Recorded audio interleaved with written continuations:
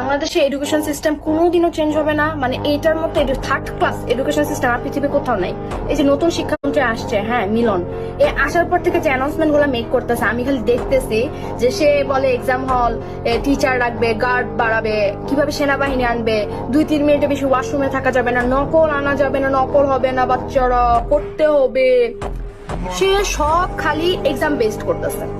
মানে মানে বুঝতে পারতেছেন, সে সব খালি এক্সাম বেস করতেছে। আমি তারা এখন পর্যন্ত বলতে শুনলাম না যে এডুকেশনের ক্লাস 9-10 বই এই চেঞ্জ আসবে, এই পড়াটা থাকবে, টপিকটা এরকম হবে, পোলাপাইন যেন আরো আরামসে পড়তে পারে। না, পোলাপাইন কেন চিট করে? তোমরা সব মুখস্থ বিদ্যা ঢুকাইছো, পুরা মানে সৃজনশীল মানুষ মুখস্থ করে যায়। আমি কখনো ক্রিয়েটিভ নিজে থেকে লেখা পাশ করতে পারতাম না, ভালো মার্কই তুলতে পারতাম না বাংলায়। কেন?